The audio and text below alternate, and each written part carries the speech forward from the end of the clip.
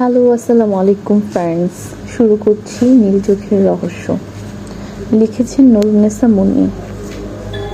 শীতের সন্ধ্যা, চারিদিকে নামছে অন্ধকার। দূর দিগন্তের শেষ আলোর রেশটুকু মিলিয়ে যাচ্ছে কুয়াশার মাঝে। প্রকৃতির এই পরিবর্তন বা সৌন্দর্য দেখার মতন সময় ঢাকা শহরের ব্যস্ত মানুষের নেই। ইফা 10 তলার বারান্দায় দাঁড়িয়ে প্রকৃতি এবং শহর দেখে সময় কাটাচ্ছে। ওর একা একা ভালো লাগে না, তাই সবসময় পছন্দ করে হইচই করতে।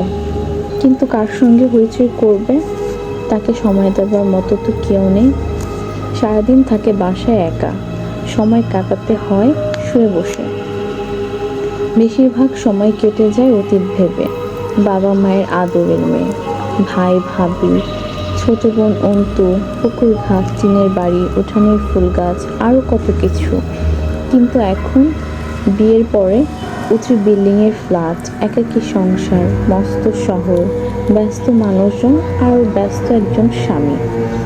জুয়েলের সঙ্গে ইফার বিয়ে হয়েছে 6 মাস আগে। যেদিন বিয়ে হলো তার পরদিনই ওরা চলে এসেছে ঢাকা শহর। সেই থেকে ইফার একাকিত্ব শুরু। জুয়েল খুব করিতকর্মা মানুষ, পেশা ব্যবসা, আর নেশা হলো টাকা রোজগার করা। সব সময় নিজের ক্যারিয়ার নিয়ে পড়ে আছে, তাই ইফাও সুযোগ পায় না স্বামীর সঙ্গে গল্প করতে। এভাবেই দূরে রয়ে গেছে ওরা, চেনা আর হয়ে ওঠেনি একজন আরেকজনকে। জুয়েলের কথা মনে হতেই ইফা ভাবল, ওকে একবার কল করি। দেরি হলো না মোবাইলে ফোনে কল দিতে। একবার, দুইবার, তিনবারেও কল রিসিভ করলো না জুয়েল। তার 10 মিনিট পর কল এলো ইফার মোবাইলে। হ্যালো। হ্যালো, হ্যাঁ, কল করেছিলে? হ্যাঁ, কেন, কোনো প্রবলেম? না। তাহলে? এমনিতেই কল করেছি। ও আচ্ছা, আমি এখন একটু ব্যস্ত, পরে। তুমি কখন আসবে? ঠিক নেই, তুমি খেয়ে নিও। আচ্ছা ঠিক আছে, রাখি। স্বামী স্ত্রীর কথা শেষ। মন আরও বেশি খারাপ হয়ে গেল ইফার। রাত 12টায় কলিং বেলের শব্দে ঘুম ভাঙল ইফার। তাড়াতাড়ি গিয়ে খুলে দিল দরজা। জুয়েল এসেছে। সে ঘরে ঢুকতে নাকে ভাসল একটা বাজে গন্ধ। দেখল জুয়েলের চোখ দুটো লাল, তাই জিজ্ঞেস না করেই পারল না, তোমার চোখ লাল কেন? আর এত বিশ্রী গন্ধ কিসে? ইফা যেন কথা শুনতেই পেল না জুয়েল। সোজা বেডরুমে গিয়ে শুয়ে পড়ল বিছানায়। কই, বললে না যে তোমার এই অবস্থা কেন? জুয়েল এবার কোনো উত্তরও দিল না।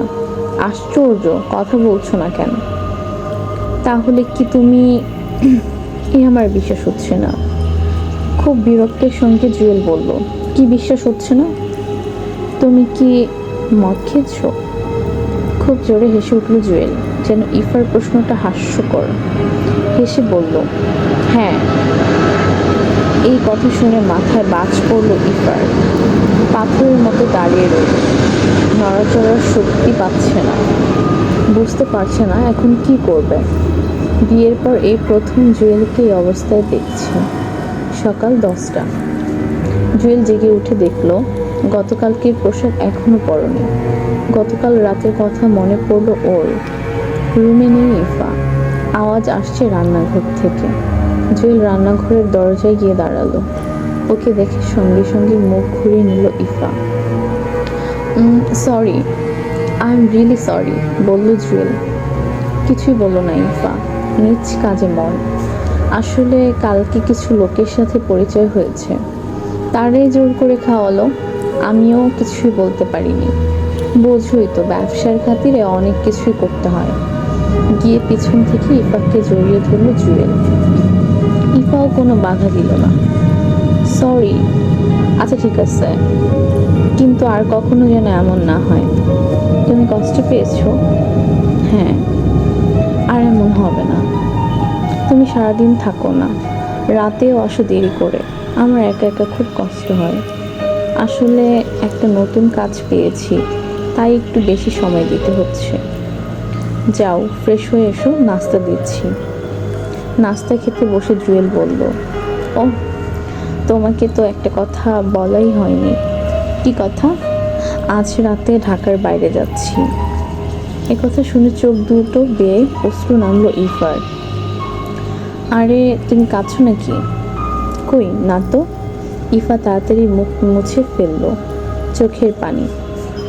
কেন যাচ্ছ? ব্যবসার কাজে? হ্যাঁ। কোথায়? চিটাগাঙে। সেখানে কিছু কাজ চলছে, সেগুলোই দেখতে হবে। কাদের কাজ? কালজারদের সাথে পরিচয় হলো। কদিন লাগবে? এই ধরো 3-4 দিন। ঠিক আছে, তোমার ব্যাগ গুছিয়ে দেব? ইফা গুছিয়ে দিল স্বামীর ব্যাগ। মনটা খারাপ, কিন্তু রাত 9টা যখন জুয়েল চলে গেল আর পারল না মনটাকে সামলে নিতে। কান্নায় ভেঙে পড়ল ও। একসময় ঘুমিয়েও গেল কাঁদতে কাঁদতে। হঠাৎ একটা শব্দে ঘুম ভাঙল ইফার। ঘড়িতে রাত 12:30। অস্বস্তি লাগছে ইফার। চারপাশ কেমন নিস্তব্ধ নিশ্চুপ। ঘরটাতে যেন বহুদিনের ভাবসা গুমট একটা ভাব। দম বন্ধ হয়ে আসতে চাইলো ওর। মনে হলো খোলা জায়গায় যেতে না পারলে এক্ষুনি মারা পড়বে।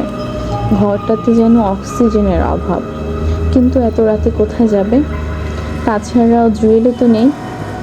হঠাৎ মনে হলো যেতে পারে ছাদে, কিন্তু এই অন্ধকারে কি যাওয়া সম্ভব? তাছাড়া ওর এই আগে কখনোই ছাদে যাওয়া হয়নি। আরও বাড়তে লাগলো ইফার অস্বস্তি। খুব স্বাভাবিক লাগছে সবকিছু। না, আর থাকা যায় না গুমট ঘরে। বিছানা থেকে নেমে দরজা খুলে বেরিয়ে এলো ইফা। এত রাতেও জ্বলছে সিঁড়ির লাইট। একা একা ছাদে যেতে একটু সমস্যাও হলো না ইফার। পুরোপুরি অন্ধকার নয় ছাদ, মোটামুটি দেখা যাচ্ছে সবকিছুই।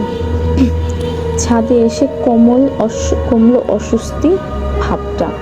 ফুরফুরে বাতাস, হালকা হলো মন।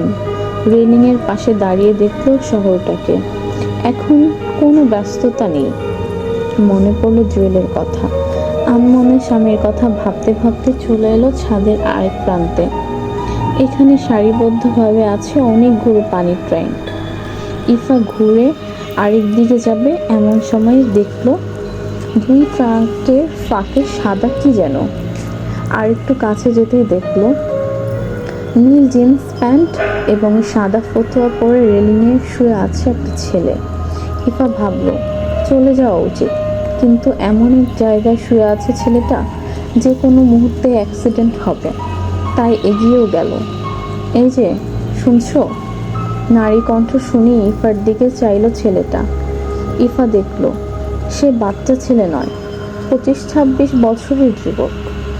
একবার ওর দিকে তাকিয়ে আবারও আকাশে নিষ্পলক চেয়ে রইল। ইফা দেখল যুবকটির চোখের মণি নীল রঙের।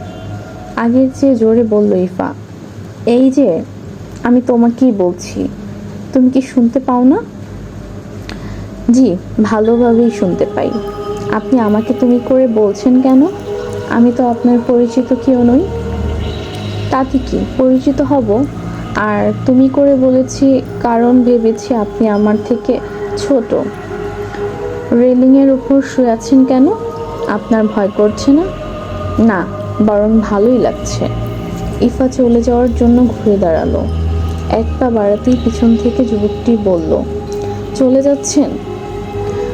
রেলিংয়ের উপর উঠে বসে যুবকটি ইফা বলল, হ্যাঁ। কেন? এখানে ভালো লাগছে না? না। আকাশ ভালো লাগছে না? না। খোলামেলা এই মুক্ত বাতাস ভালো লাগছে না? না। আমাকে ভালো লাগছে না? আশ্চর্য, আপনি এত প্রশ্ন করছেন কেন? আপনি যে এত প্রশ্ন করেছিলেন, আমি তো তখন এত প্রশ্ন করেছি। আমি কি এত প্রশ্ন করেছি? এত প্রশ্ন কেন করেন? আপনি কে? আবারও প্রশ্ন করছেন, হাসল যুবকটি। এই কথা শুনে হেসে ফেলল ইফা। সকাল 8টা। প্রচণ্ড মাথা ব্যথা নিয়ে ঘুম ভাঙল ইফার। কিছুক্ষণ বসে থাকার পর মনে পড়ল গতকাল রাতের ঘটনা। বুঝলো না ওটা সত্য না স্বপ্ন। সারাদিন নিজেকে ব্যস্ত রাখল ইফা, কিন্তু গতকাল রাতের ঘটনাটি দ্বিধায় ফেলছে ওকে। মনে জমছে হাজারো প্রশ্ন। সব